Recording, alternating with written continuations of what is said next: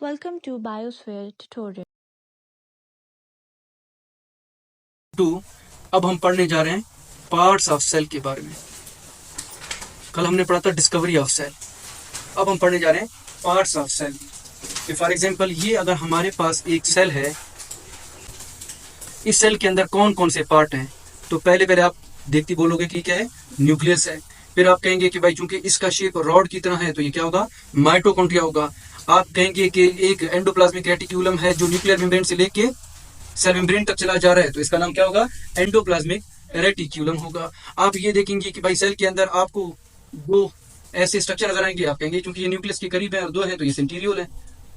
तो सेल के अंदर की जो चीजें हैं उनके बारे में पढ़ने को क्या कहा जाएगा, पार्ट्स ऑफ सेल कहा जाएगा।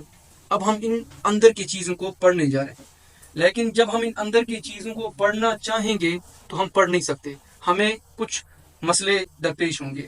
फॉर एग्जाम्पल सबसे पहला जो मसला होगा, वो जो सेल है इसका अपना साइज बहुत छोटा है। एक सेल है जिसको हम अपनी आंख से देख नहीं सकते, और आप मुझे ये कह रहे हैं कि आपने इस सेल के अंदर छोटा सा माइटोकॉन्ड्रिया है उसको निकालना है और उसको पढ़ना है। क्या पढ़ सकते हो? जब एक सेल को मैं नहीं देख रहा हूं तो मैंने उसको कैसे, अंदर की चीज को कैसे पढ़ना है? तो हम पहले क्या लिखेंगे, cell size is smaller. Cell size is smaller. और सेल के अंदर की चीजें वो तो और छोटे होंगे, कंपोनेंट्स आर आल्सो स्मॉलर। तो पॉइंट नंबर 2 होगा कंपोनेंट। सेल के अंदर जो भी चीज होगा उसे क्या कहा जाएगा, कंपोनेंट कहा जाएगा। Components are also smaller. Cell के अंदर की जो चीजें हैं वो तमाम के तमाम भी छोटे हैं, तो क्या पढ़ पाओगे, नहीं पढ़ पाएंगे।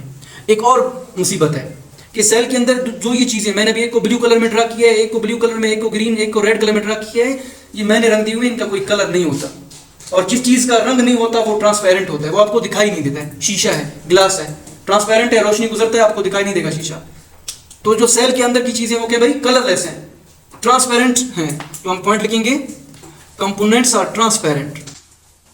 Components are transparent. अब जब कंपोनेंट्स ट्रांसपेरेंट हैं, कलरलेस हैं, तो वो आपको दिखाई नहीं देगा। छोटे हैं तभी आपको दिखाई नहीं देगा, हम देख ही नहीं सकते उसको खोल के और मजीद देख नहीं सकते। तो हमारे पास कुछ मसले आ गए हैं, बकेड़े आ गए हैं, पर बायो के पास इन मसलों का हल है।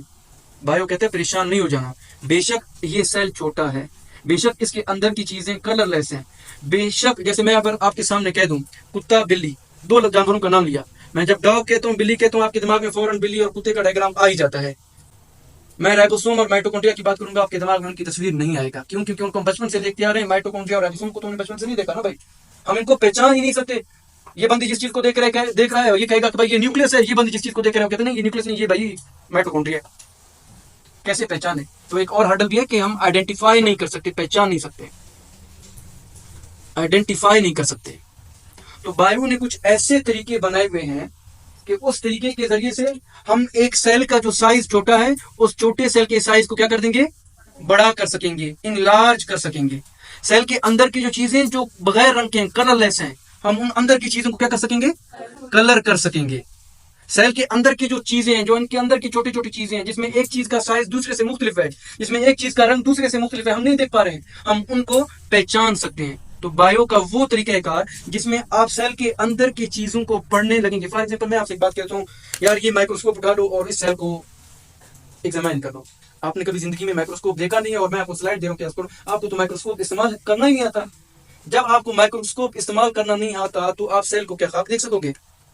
तो इन चीजों को पढ़ने के लिए कि पहले बजाय सेल के अंदर के एक एक पार्ट को कि हम माइटोकॉन्ड्रिया, न्यूक्लियस, राइबोसोम्स को एक एक को पढ़ने के बजाय पहले बायो के उन तरीकों को सीखें कि जिनके जरिए से हम इन चीजों को देख सकें, रंग कर सकें, काट सकें। इन तरीकों को पहले पढ़ लें। इन तरीकों को पढ़ने को क्या कहा जाएगा, टेक्निक्स इन बायोलॉजी। इनके पढ़ने को क्या कहा जाएगा, techniques in biology.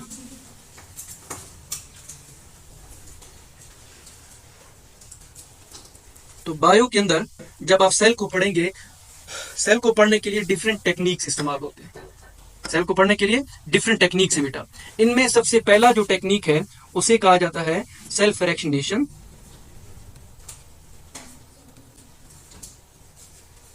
And centrifugation. जो पहला तरीका होगा सेल फ्रैक्शनेशन एंड सेंट्रीफ्यूगेशन, पहला तरीका ये है। दूसरा तरीका स्टेनिंग, STAINING, स्टेनिंग। तीसरा तरीका माइक्रो डाइसेक्शन। चौथा तरीका टिश्यू कल्चर। पांचवा तरीका क्रोमेटोग्राफी।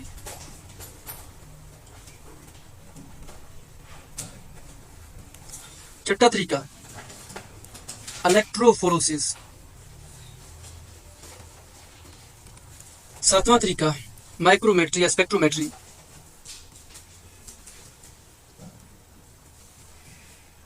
तो ये डिफरेंट टेक्निक्स हैं।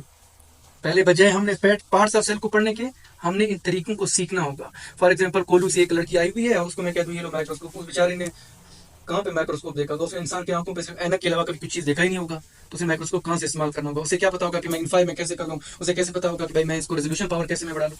उसे तरीका नहीं आता होगा ना। तो पहले हम इन तरीकों को सीखेंगे, फिर बाद में जाके पार्ट्स ऑफ सेल्स को पढ़ेंगे।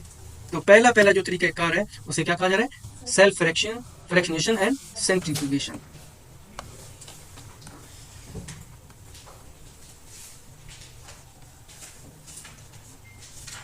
Self fractionation and centrifugation. अच्छा, याद रखना ये दो अलग प्रोसेस हैं, लेकिन ये दोनों प्रोसेस एक मकसद के लिए एक टाइम पर इस्तेमाल होते हैं। सेल्फ फ्रैक्शनेशन अलग एक प्रोसेस है, this process is different, and centrifugation is different, लेकिन दोनों प्रोसेस एक साथ इस्तेमाल होकर हमें रिजल्ट चाहिए इस्तेमाल होते हैं। तो सवाल ये बनता है कि सेल्फ फ्रैक्शनेशन है क्या चीज? सवाल ये बेटा कि सेल्फ फ्रैक्शनेशन है क्या चीज? तो हम पहले डेफिनेशन लेंगे। The process of separation of components of cell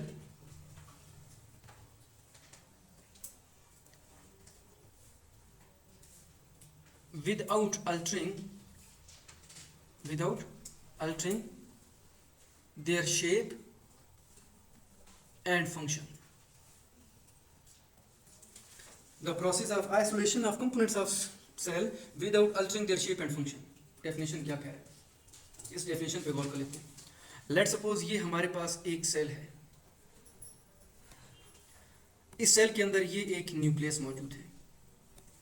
इसी सेल के अंदर देखेंगे तो इसी सेल के अंदर मुख्तलिफ माइटोकॉन्ड्रिया मौजूद है। इसी सेल के अंदर देखेंगे तो यहाँ पर मुख्तलिफ राइबोसोम्स हैं जो साइटोप्लाज्म के अंदर तैर हैं। ये जो स्मूथ एंडोप्लाज्मिक रेटिकुलम है ये उससे अलग होकर साइटोप्लाज्म के अंदर तैर है। ये हमारे पास एंडोप्लाज्मिक रेटिकुलम है, ये हमारे पास क्लोरोप्लास्ट है। तो आप देख रहे हैं एक सेल के अंदर मुख्तलिफ पार्ट्स रखे हुए हैं, और अब हमारा मकसद क्या है कि हम इन तमाम पार्ट्स को एक दूसरे से अलग करें, क्योंकि ये एक मिक्सचर बना हुआ है, जमघटा बना हुआ है।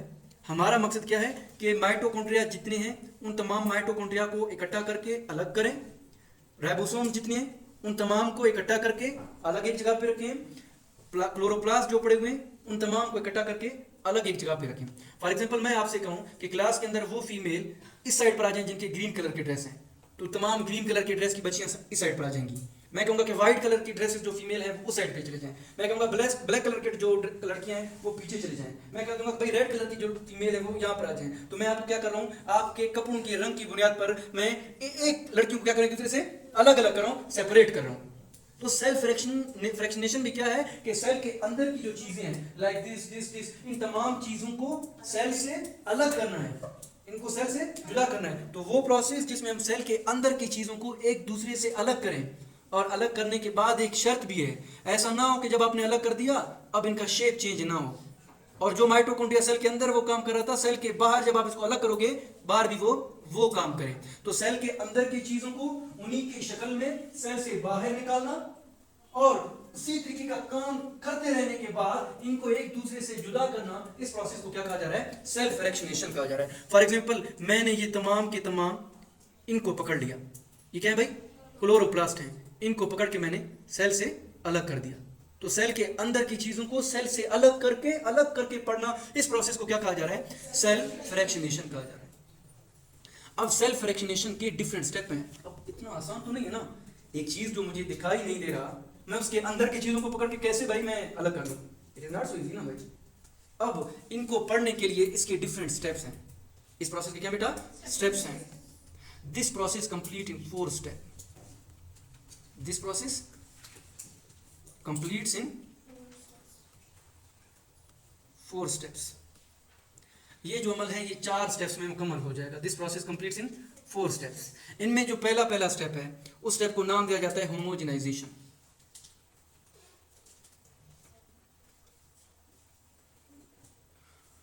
होमोजेनाइजेशन। उसके बाद जो दूसरा स्टेप है उसे कहा जाता है सेंट्रीफ्यूगेशन। तीसरा जो स्टेप है उसे कहा जाता है डिफरेंशियल सेंट्रीफ्यूगेशन। और आखिरी जो स्टेप है उसे कहा जाता है एनालिसिस। आखिरी जो स्टेप है उसे नाम दिया जा रहा है आइसोलेशन एंड एनालिसिस। तो ये 4 स्टेप्स हैं। इन 4 स्टेप से जब आप गुजरेंगे तो एट द एंड आप इस काबिल हो पाएंगे कि सेल के अंदर की चीजों की शक्ल को बिगाड़े ही आप सेल से बाहर एक्सट्रैक्ट करके निकाल सकते हो। इन 4 स्टेप से आपने गुजरना होगा। तो हम पहला पढ़ने जा रहे हैं, that the very first step that is called as शाबाश है होमोजेनाइजेशन। तो पहला स्टेप हम पढ़ने जा रहे हैं होमोजेनाइजेशन। नोट कर लिया आप लोगों ने? Step number 1 homogenization.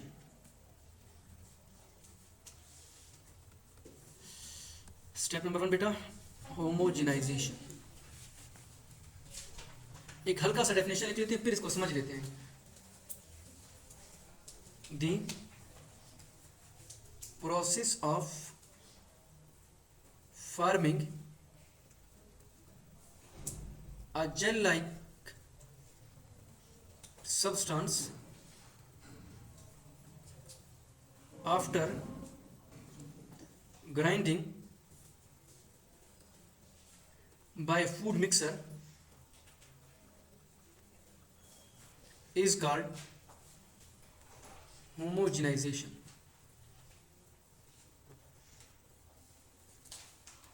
The process of forming a gel-like substance after grinding by a food mixer is called as homogenization.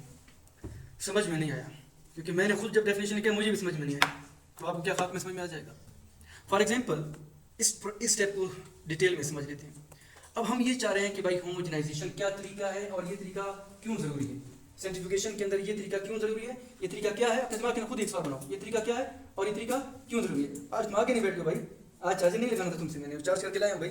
तो पहला स्टेप हम पढ़ने जा रहे हैं कि होमोजेनाइजेशन क्या चीज़ है। लेट्स सपोज बेटा ये हमारे पास एक प्लांट है और ये इस प्लांट पे लगे हुए मुख्तलिफ पत्ते हैं।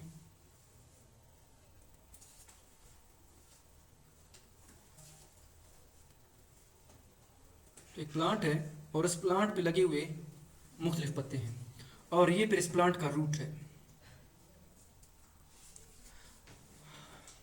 चलिए मैं इस टॉपिक से पहले एक और बात की तरफ आपका तवज्जो चाहता हूँ। आपकी क्लास के अंदर 2 स्टूडेंट्स हैं। एक स्टूडेंट के हाथ में मैं खाली एक सेल दे देता हूँ। मैं कहता हूँ बच्चे आपने इस एक सेल के कंपोनेंट्स को अलग करना है और उनको पढ़ना है। और वहाँ पर दूसरी स्टूडेंट है, मैं उसके हाथ में 10 सेल दे देता हूँ। 1 2 3 4 5 6 7 8 9 10 सेल दे देता हूँ। मैं कहता हूँ बेटा आपने इन 10 सेल्स के अंदर के पार्ट्स को अलग करना है और उनको पढ़ना है। तो पहले आप मुझे बताओ किसका काम आसान होगा? 10 वाले का, क्योंकि सेल ज़्यादा है, उसको ख्वारी नहीं करनी पड़ेगी। दूसरी बात यह है कि जो एक सेल वाला बंदा है वो काम कर रहा है, उसके पास थोड़े कंपोनेंट आएंगे। एक बंदा है वो 1 माइटोकॉन्ड्रिया हासिल कर रहा है, एक सेल से 1 माइटोकॉन्ड्रिया। वहाँ पर दूसरा बंदा है वो 10 सेल से 10 माइटोकॉन्ड्रिया एक्सपोज गेन कर रहा है। तो एक के पास 10 माइटोकॉन्ड्रिया पढ़ने के लिए, एक के पास 1 माइटोकॉन्ड्रिया पढ़ने के लिए, तो किसके पास ज़्यादा मटेरियल है? 10 वाले के लिए। तो अच्छा होमोजेनाइजेशन में याद रखना आप एक सेल को भी पढ़ सकते हो, आप 10 सेल को भी पढ़ सकते हो। और जब सेल 10 हो उस 10 सेल को क्या कहा जाता है? टिश्यू कहा जाता है। When the cells are more than 1 in number then it is called a tissue. कभी पढ़ा होगा आप लोगों ने। तो अब हम चाहते हैं कि हम इस पौधे के पत्ते को पढ़ें। हम देखना ही चाहते हैं कि इस पौधे के पत्ते के अंदर कौन कौन से सेल्स मौजूद हैं।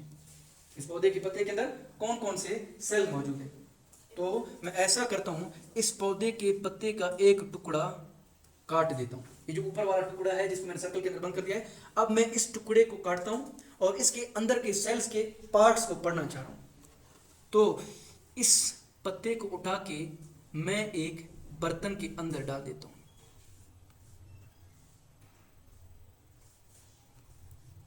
मैंने इस पत्ते के टुकड़े को उठाया और इसको काट के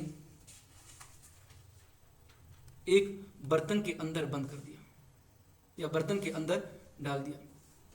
इस बर्तन को आप लोग नाम दे सकते हैं यूटेंसिल, जो अक्सर सिल्वर से बना होता है या ग्लास से बना होता है, यूटेंसिल। इसके अंदर मैंने उसको डाल दिया और जाहिर बात है मैं जब इसको डाल रहा हूं तो मुझे पता है कि इसके अंदर मैंने कितने सेल्स उठाए, लेट्स सपोज 10 सेल उठा दिए हैं। तो ये वो प्लांट के टिश्यू हैं जो हमने इस सेल से अलग कर दिए। लेट्स सपोज हमने यहां पर 10 सेल बना दिए। तो यूं हमारे पास मुख्तलिफ टिश्यू बन गए। ये सेल है, एक पत्ता था, उसको मैंने काटा और उसके एक टिश्यू को मैंने उठा लिया, एक छोटे से टुकड़े को मैंने उठा लिया और अंदाजे के मुताबिक उस टिश्यू के अंदर कितने सेल्स हैं, 10 सेल हैं। एक छोटा सा टुकड़ा था पत्ते का, मैंने काट दिया, अंदाजे के मुताबिक उसमें 10 सेल है। 100 भी हो सकते हैं, 1000 भी हो सकते हैं, लेकिन मैं लेट्स क्या कर रहा हूं, अंदाजा लगा रहा हूं। और अब मैं ये चाह रहा हूं कि मैं इन्हीं सेल्स के अंदर के कंपोनेंट्स को पढ़ लूं, लेकिन मैं नहीं पढ़ सकता। क्यों? क्योंकि इन सेल्स के अंदर सेल मेम्ब्रेन मौजूद है। क्या मौजूद है बेटा? सेल मेम्ब्रेन मौजूद है। अब मैं इनको तभी पढ़ सकता हूं जब इस सेल मेम्ब्रेन को मैं हटा दूं। फॉर एग्जांपल मेरे पास एक मरीज आ जाता है, वो कहता है कि मेरे सीने में दर्द हो रहा है, मुझे कार्डियक अरेस्ट हो रहा है, तो मैं फौरन उसके हार्ट को चेक करने के लिए मैं उसके कपड़े चेंज कर लेता हूं, उसकी कमीज खोल देता हूं और तब जाके मैं उसके सीने के ऊपर स्टेथोस्कोप रख लेता हूं और मैं उसके हार्ट बीट को महसूस करता हूं। फॉर एग्जांपल मतलब एक इंसान के जिस्म को देखने के लिए आपने क्या कर दिया, उसके कपड़े को हटा दिया। इसी तरीके से सेल को पढ़ने के लिए या एक बंदा आ जाता है मेरे पास, उसका ऑपरेशन करना है, तो मैं इसके कपड़े हटाऊंगा, कपड़ों के साथ ही मैं इसका ऑपरेशन शुरू करूँ। बताओ भाई, इस वजह से सेल को भी आपने पढ़ना है। अब सेल को तो तब आप पढ़ोगे ना जो सेल के ऊपर के कपड़े हैं, जो सेल मेम्ब्रेन है, सेल वॉल है, उसको आप क्या कर देंगे, हटा देंगे। तभी आप इस काबिल बन पाओगे कि सेल के अंदर दाखिल हो सकोगे। अगर सेल के ऊपर सेल मेम्ब्रेन मौजूद है, सेल वॉल मौजूद है, then you are not eligible to enter into the cell. तो पहला स्टेप क्या होगा कि आपने इस सेल मेम्ब्रेन को क्या करना होगा, हटाना होगा। तो होमोजेनाइजेशन करने का मकसद ही क्या है कि आप क्या करें, इन सेल मेम्ब्रेन को रिमूव करें। आगे पॉइंट समझ में? तो होमोजेनाइजेशन करते कैसे? होमोजेनाइजेशन करने के लिए हमने प्लांट का जो टिश्यू उठाया हुआ है, उस टिश्यू को इस यूटेंसिल के अंदर डाल देते हैं, इस बर्तन के अंदर डाल देते हैं। वही प्लांट का टिश्यू था, इसको उठा के हमने इसी बर्तन के अंदर डाल दिया और इस बर्तन के अंदर ऑलरेडी एक सॉल्यूशन मौजूद है, एक लिक्विड मौजूद हो। प्लांट के पत्ते का एक टुकड़ा उठाया, उस टुकड़े को आपने एक बर्तन के अंदर डाल दिया। इतनी सी बात है। जो इतना लंबा हो रहा है वो समझाने की तौर पर लंबा हो रहा है। करना क्या है, पत्ते के टुकड़ा उठाया, उसको एक बर्तन के अंदर आपने डाल दिया और उस बर्तन के अंदर एक सोल्यूशन मौजूद है। उस सोल्यूशन को क्या कहा जा रहा है, बफर सोल्यूशन कहा जा रहा है। क्या होता है बफर सोल्यूशन?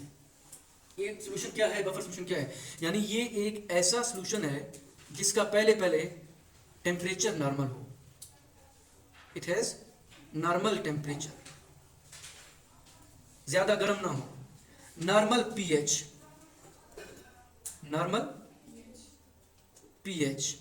और नॉर्मल आयनिक कंपोजिशन। यानी आपने इस पौधे के पत्ते को एक ऐसे बर्तन के अंदर डाल दिया जिसके अंदर एक सोल्यूशन था, उस सोल्यूशन का टेम्परेचर ना ज्यादा गर्म था, उसका पीएच ना ज्यादा था और ना उसकी आयनिक कंपोजिशन क्या थी, खराब थी। ना वो ज्यादा नमकीन था, ना उसमें साल्ट का मिकदार ज्यादा था, ना उसमें क्लोरीन का। मतलब ये जो तमाम सेल्स हैं वो इस सोल्यूशन के अंदर जिंदा रह सकते हैं। वजह है क्यों, बफर सोल्यूशन ही क्यों? बताओ बेटा क्यों? कोई चीज याद आ रहा है जहां पर आप लोगों ने टेम्परेचर, पीएच और इन चीजों को डिस्कस किया था? That's great. 9th class chapter number 3 में आप लोगों ने एंजाइम पढ़ा था।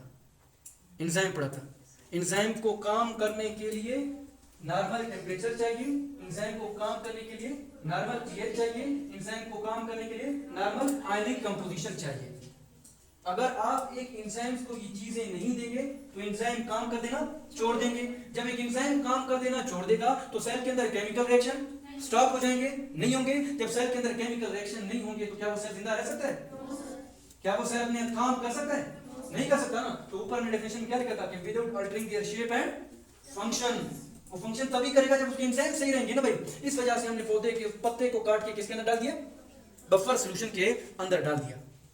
अब बफर सॉल्यूशन के अंदर डालने के बाद हम एक मशीन उठाएंगे, बफर सॉल्यूशन के अंदर डालने के बाद हम एक मशीन उठाएंगे। इस मशीन को नाम दिया जाता है फूड मिक्सर। ये मशीन क्या है बेटा, फूड मिक्सर है।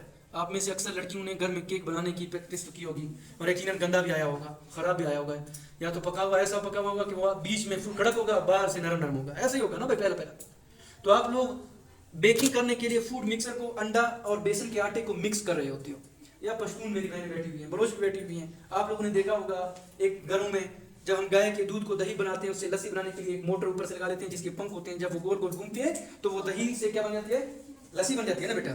तो हमने एक फूड मिक्सर उठाया और इस फूड मिक्सर के ये पंख हैं, ये क्या बेटा, इसके पंख हैं, पर हैं, दीज आर द विंग्स, जो इस मोटर इस बर्तन के अंदर ऐसे रखा हुआ है। और हम इस फूड मिक्सर को ऑन कर देते हैं। क्या कर देते हैं बेटा, ऑन कर देते हैं। अब फूड मिक्सर ऑन हो गया है। फूड मिक्सर के पर क्या हो रहे हैं, गोल गोल घूम रहे हैं। जब फूड मिक्सर के पर गोल गोल घूमेंगे तो उसकी वजह से बफर सॉल्यूशन भी क्या होगा, गोल गोल घूमेगा। और जब बफर सॉल्यूशन गोल गोल घूमेगा तो ये अपने साथ उस पौधे के पत्ते के टुकड़े को भी क्या कर देगा, गोल गोल घुमाएगा घुमाएगा घुमाएगा घुमाएगा, यूं चलता रहेगा, यूं गोल गोल क्या हो जाएंगे, घूमते जाएंगे। इसके घूमने की वजह से क्या होगा, तो ये जो टिश्यू का टुकड़ा हमने उठाया हुआ था, इनका सेल मेम्ब्रेन क्या हो जाएगा, कट जाएगा। इनका सेल मेम्ब्रेन क्या हो जाएगा, कट जाएगा। अब हमारे पास एक ऐसा टिश्यू आ गया है कि जिसके सेल मेम्ब्रेन हमने क्या कर दिए, काट दिए। अब अगला लम्हा क्या होगा कि सेल मेम्ब्रेन को जब आपने काट दिया है तो अंदर के न्यूक्लियस को, अंदर के माइटोकॉन्ड्रिया को अब आपका एक्सेस मिल गया है। क्योंकि मैं कमरे के अंदर तभी आ सकता हूँ जब दरवाजा खुला होगा, और दरवाजा बंद था, मैंने लात मार के दरवाजे को क्या कर दिया, खोल दिया, सेल मेम्ब्रेन को मैंने हटा दिया। अब मैं कमरे के अंदर क्या हो सकता हूँ, दाखिल हो सकता हूँ। और जब मैं कमरे के अंदर दाखिल हो जाऊंगा तो मुझे क्या दिखाई दे देगा, बहुत सारे सेल के कंपोनेंट रखे हुए मुझे दिखाई दे देंगे। अब अगला लम्हा है सेल के इन्हीं कंपोनेंट्स को एक दूसरे से क्या करना होगा, सेपरेट करना होगा। तो हमने फूड मशीन को क्या करा बेटा, गोल गोल घुमा रहे हैं, घुमा घुमा के इस अंदर के सॉल्यूशन को अब नाम दिया जाएगा होमोजिनेट। अब जो सॉल्यूशन आपको मिला इसे क्या कहा जाएगा, होमोजिनेट कहा जाएगा। अब हम इस फूड मिक्सर को बंद कर देंगे। हमारा जो मकसद था कि सेल मेम्ब्रेन और सेल वॉल को डैमेज करके अंदर जाना था, वो क्या हो गया, पूरा हो गया। तो कोई आपसे पूछे, हो सकता है आपसे सवाल कर ले, आपके अपने दिमाग में सवाल आ जाए कि होमोजेनाइजेशन की क्यों जरूरत पड़ी है, वजह क्या है। तो इसका एक ही वजह है कि we have to remove the cell membrane and cell wall to get the access of the interior of the cell. आ गया इतना समझ। अब पहला स्टेप कंप्लीट हो गया है। अब स्टेप नंबर 2, अगला स्टेप है बेटा, स्टेप नंबर 2। इस स्टेप को नाम दिया जा रहा है सेंट्रीफ्यूगेशन।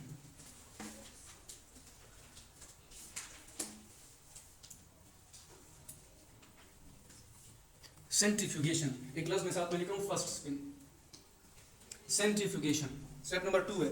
ओए गुड़िया, आपको पहला स्टेप समझ में आ गया? तो फिर ऐसे परेशान बैठोगे जैसे तुम्हें समझ में नहीं आया। सेंट्रीफ्यूगेशन स्टेप नंबर 2 है बेटा।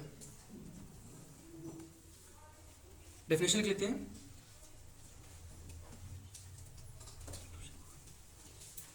The process in which a spinning machine is used,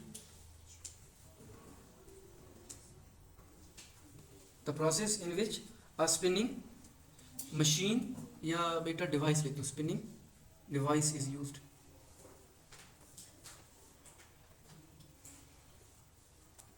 is used, named as centrifuge, is called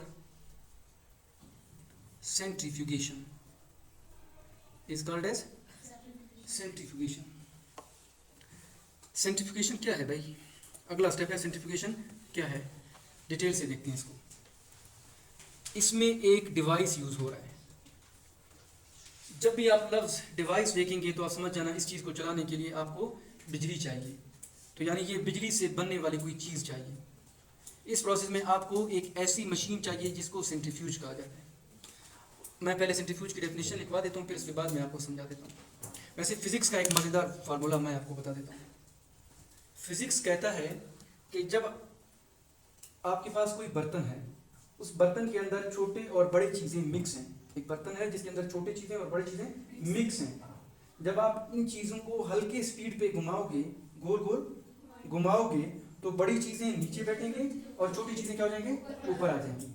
और इसी चीज को जब आप तेजी से घुमाओगे तो इसका उलट होगा, यानी कि एक मिक्सचर के अंदर छोटी और बड़ी चीजें हों और जब आप इनको इंतहा तेजी से जब घुमाओगे तो छोटी चीजें नीचे जाएंगी और बड़ी चीजें क्या हो जाएंगी, ऊपर आएंगी। हल्के स्पीड पर चीजें कहां पर जाएंगी, बड़ी बड़ी चीजें कहां पर जाएंगी, नीचे, और छोटी चीजें कहां पर जाएंगी, ऊपर। और तेज स्पीड पर छोटी चीजें कहां जाएंगी, नीचे, और बड़ी चीजें कहां जाएंगी, ऊपर आ जाएंगी। मैं एक सिंपल सा बात करता हूँ कि गुड़िया बहुत छोटी है, मैं इसको आसानी से गोल गोल घुमा सकता हूँ। जब इसको तेजी से यूं गोल गोल घुमाऊंगा तो ये बेचारा बेहोश होके नीचे गिर जाएगा। माइंड नहीं करना बेटा, आप माशाल्लाह बहुत मोटी हो, you are so fit, healthy हो माशाल्लाह। अच्छा जायद हो गया, वो बहुत ऐसा नजीब सा हो गया, वो बहुत ही पहलवान है, ठीक है, जानते होंगे। और उन्होंने मेरी अक्सर क्लास में ऐसी बेइज्जती की होगी, डॉक्टर मियां के नाम से कोई क्लिप्स नहीं होंगे। तो क्या होगा बेटा, मैं जब आपको पकड़ के ऐसे गोल गोल घुमाऊंगा, आप तो माशाल्लाह ताकतवर हो, आपको जब मैं गोल गोल घुमाऊंगा आप इतनी मोटी हो, क्या मुझे उठा के क्या करोगे, ऊपर ले जाओगे ना। तो ज्यादा तेज घुमाने से छोटी चीजें कहां पर जाएंगी और आहिस्ता घुमाने से छोटी चीजें कहां पर जाएंगी, ऊपर जाएंगी। ये बात अपने दिमाग में आप लोगों ने क्या करना होगा बेटा, बिठाना होगा। What is centrifuge, what is centrifuge, इस बात को पहले फोकस कर लेते हैं, तब हम अगले स्टेप को समझेंगे, आसानी होगा। कोई जल्दी नहीं है बेटा, बस ये जल्दी है कि आपके घर वाले आपको तंग ना करें, वैन वाला आपको तंग ना करें। तो व्हाट इज सेंट्रीफ्यूज, सेंट्रीफ्यूज बेटा एक मशीन है, इस तरीके का एक मशीन है। डायग्राम देख ली बेटा,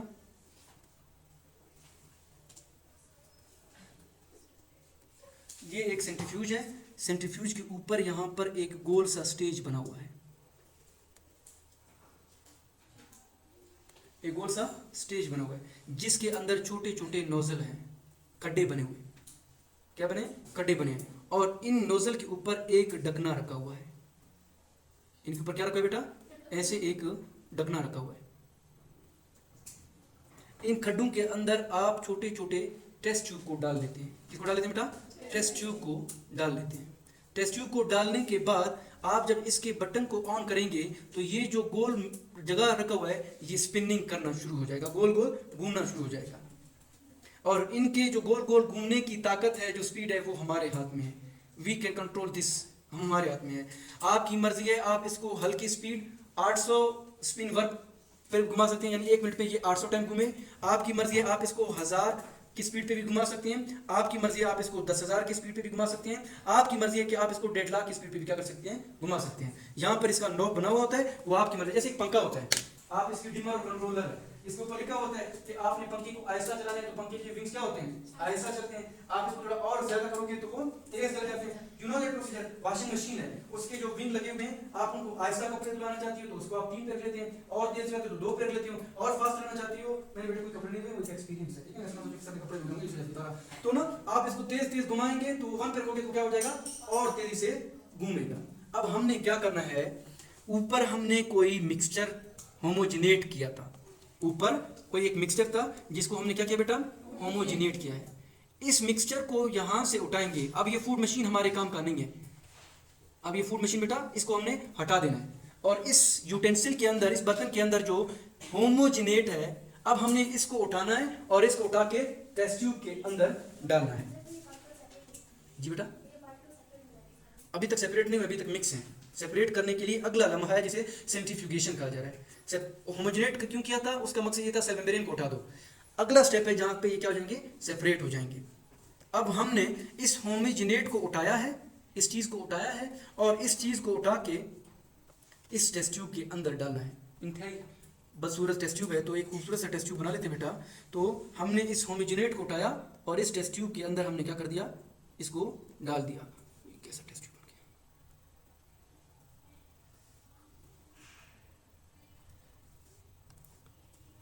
तो एक सिम से ये हमारे पास कोई टेस्ट ट्यूब आया है, ये हमारे पास एक टेस्ट ट्यूब है, ठीक है ना बेटा। हमने उस होमोजिनेट को उठाया और होमोजिनेट को इस टेस्ट ट्यूब के अंदर डाल दिया।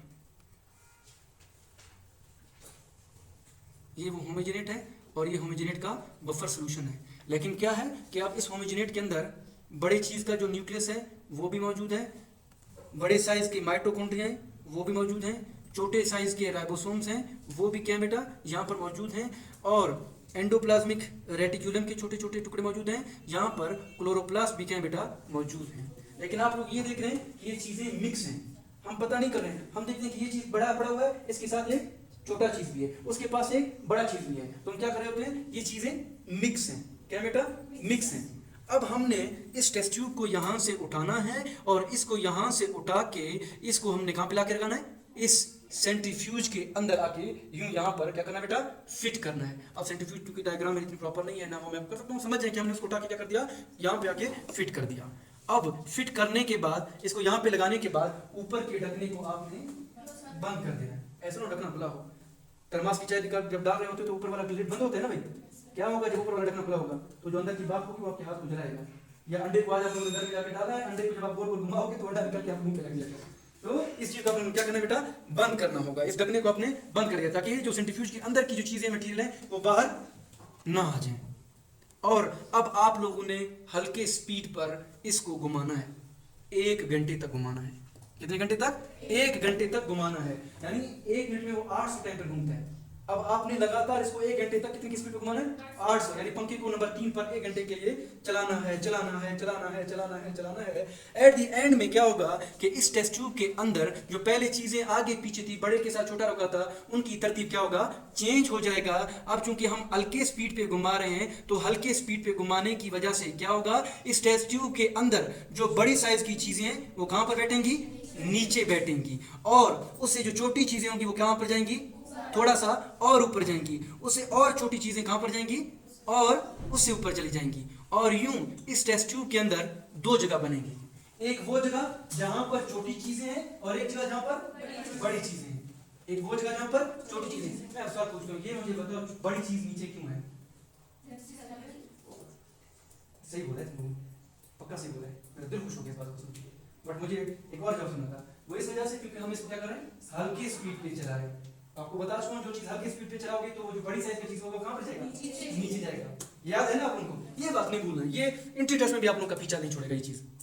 अब क्या होगा, जो छोटी चीजें ऊपर जमा हो चुकी हैं, जो स्मॉल चीजें ऊपर जमा हो चुकी हैं, इन्हें कहा जाएगा सुप्रानेटेंट। स्पेलिंग मुझे बताओ बच्चे, मुझे नहीं आते। सुप्रानेटेंट, ये स्पेलिंग बहुत कमजोर है। सुप्रानेटेंट, इसे क्या कहा जाएगा, सुप्रानेटेंट कहा जाएगा। और जो चीजें नीचे बैठेंगे, इसी टेस्ट ट्यूब के नीचे बैठेंगे, उनको फिर क्या कहा जाएगा, क्या, सेडिमेंट्स कहा जाएगा। सेडिमेंट्स या पैलेट कहा जाएगा, सेडिमेंट्स या पैलेट कहा जाएगा। और यूं हमारे पास किसी सेल के सारे न्यूक्लियस भी आ गए, मेरे साथ से साथ में सारे सेल किस क्या हो गए, सारे नहीं ना बेटा, ना नहीं हो बेटा, मतलब सारे सेल के सारे न्यूक्लियस भी आ गए, और ज्यादा तादाद में न्यूक्लियस आ गए। वो क्या है, नीचे रखी हुई। हमारे पास सेल के माइटोकॉन्ड्रिया भी आ गए, हमारे पास राइबोसोम या छोटे छोटे चीजें क्या हो गए, आ गए। तो इतने में ये मोहतरमा कहते हैं कि सर मैंने जस्ट किसको पढ़ना है, न्यूक्लियस को पढ़ना है। किसको पढ़ना है, न्यूक्लियस को पढ़ना है।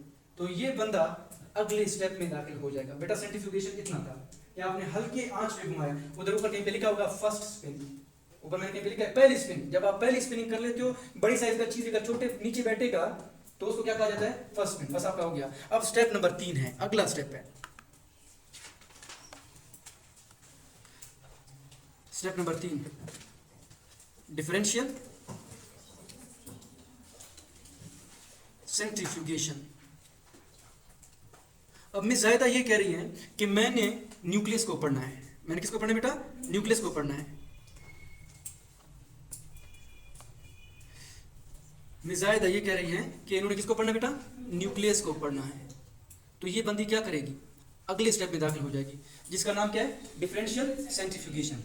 ये क्या करेगी, एक और टेस्ट ट्यूब उठाएगी, एक और टेस्ट ट्यूब उठा देगी यूं, और सेल के ऊपर की जो चीजें हैं जिन्हें सुपरनेटेंट कहा जा रहा है, उन सुपरनेटेंट को इंतहाई एहतियात के साथ इस पास वाले टेस्ट ट्यूब नंबर 2 पे डाल देगा। किसमें डाल देगा, टेस्ट ट्यूब नंबर 2 पे डाल देगा। एहतियात के साथ डालता जाएगा। एक वक्त ऐसा आएगा कि इस सेल के सारे राइबोसोम्स, इस सेल के सारे माइटोकॉन्ड्रिया, क्लोरोप्लास्ट सब क्या हो जाएंगे, वहां पे चले जाएंगे। लेकिन चूंकि हम उनको एहतियात से वहां पे डाल रहे हैं, उंडेल रहे हैं, लेकिन अब दोबारा उंडेलने की वजह से दोबारा क्या हो जाएंगे, मिक्स हो जाएंगे। दोबारा से क्या होगा, बड़ी चीजें और छोटी चीजें क्या हो जाएंगे, मिक्स हो जाएंगे। टेस्ट ट्यूब नंबर 2 पे लेकिन पीछे हमारे पास तमाम के तमाम क्या चीज रह गए, न्यूक्लियस रह गए। अब हमारी मर्जी है, इन न्यूक्लियस को उठाते हैं माइक्रोस्कोप के नीचे रख सकते हैं, इन न्यूक्लियस को उठा के इलेक्ट्रॉन माइक्रोस्कोप के नीचे रख सकते हैं, इसको हम उठा के लेजर टेक्निक के नीचे रख लेते हैं और इनको आसानी से स्टडी कर सकते हैं। ठीक है ना बेटा। अब टेस्ट ट्यूब नंबर 2 की बारी है, तो हमने क्या कर दिया, सुपरनेटेंट को उठा के दोबारा से टेस्ट ट्यूब नंबर 2 पे डाल दिया। अब क्या है, इसके अंदर बड़ी साइज की चीजें, छोटी साइज की चीजें मिक्स हैं। क्या बेटा, मिक्स हैं। अब हमने दोबारा से इसी टेस्ट ट्यूब को उठा के किसके अंदर डालना है, सेंट्रीफ्यूज मशीन के अंदर डालना है। अब के बाद इसके स्पीड को पहले की निस्बत क्या करना होगा, तेज करना होगा। पहले 800 की ग्रेविटी में घूम रहा था, अब हम 1000 की ग्रेविटी में घुमाएंगे, लेकिन अब के बाद 3 घंटे तक घुमाएंगे। पहले कितना था, अब कितना है, 3 घंटे। अब के बाद हमने 2 काम किए हैं। क्या काम किया है, एक तो हमने घुमाने का रफ्तार भी तेज किया है और टाइम भी तेज किया है। फर्क आया नहीं है, और जब फर्क आ रहा होता है तो इस वजह से इसको क्या कहा जा रहा है, डिफरेंशियल सेंट्रीफ्यूगेशन। पहले की स्पिन से अब क्या हो रहा है, फर्क आ रहा है। पहले आप हल्के स्पीड पे घुमा रहे थे, थोड़े से टाइम के लिए घुमा रहे थे, अब आपने टाइम भी बढ़ाया, स्पीड भी बढ़ा लिया आप लोगों ने। अब स्पीड और टाइम दोनों बढ़े हुए, मुझे कॉल आ रहा होगा पीछे से, गंदा बंदा मुझे कॉल करेगा, टाइम हो गया। चलिए भाई यहाँ तक क्लियर है। टेस्ट ट्यूब नंबर 2 पे डालेंगे। अब के बाद अब के टाइम हम क्या करेंगे, इसको 1000 ग्रेविटी के मुताबिक 3 आवर तक क्या कर देंगे, इसको स्पिन करेंगे। अब हमने क्या कर दिया, स्पीड पहले से क्या कर दिया, बढ़ा दिया। अब पहले की निस्बत जब हमने स्पीड बढ़ा दिया तो जो छोटी चीजें होंगी वो कहां पर जाएंगी और बड़ी चीजें कहां पर आएंगी, ऊपर आ जाएंगी। क्योंकि आप समझ गए, पक्का समझ गए। और यूं एट द एंड में ऐसा टेस्ट ट्यूब आपके पास आ जाएगा कि जिसमें आपकी मर्जी की चीजें, फॉर एग्जांपल माइटोकॉन्ड्रिया अलग होंगे, गोल्जी बॉडीज वो क्या हो जाएंगे, अलग हो जाएंगे। और फिर स्टेप नंबर 4 आ जाएगा कि इन चीजों को आपने अलग करना है और अलग करने के बाद आप लोगों ने इनको पढ़ना है, आइसोलेशन एंड एनालिसिस। तो स्टेप नंबर 4 क्या है कि अब आपके पास जो चीजें आ गई हैं, अब आपने इनको अलग करना है और आपने इनको क्या करना है बेटा, पढ़ना है।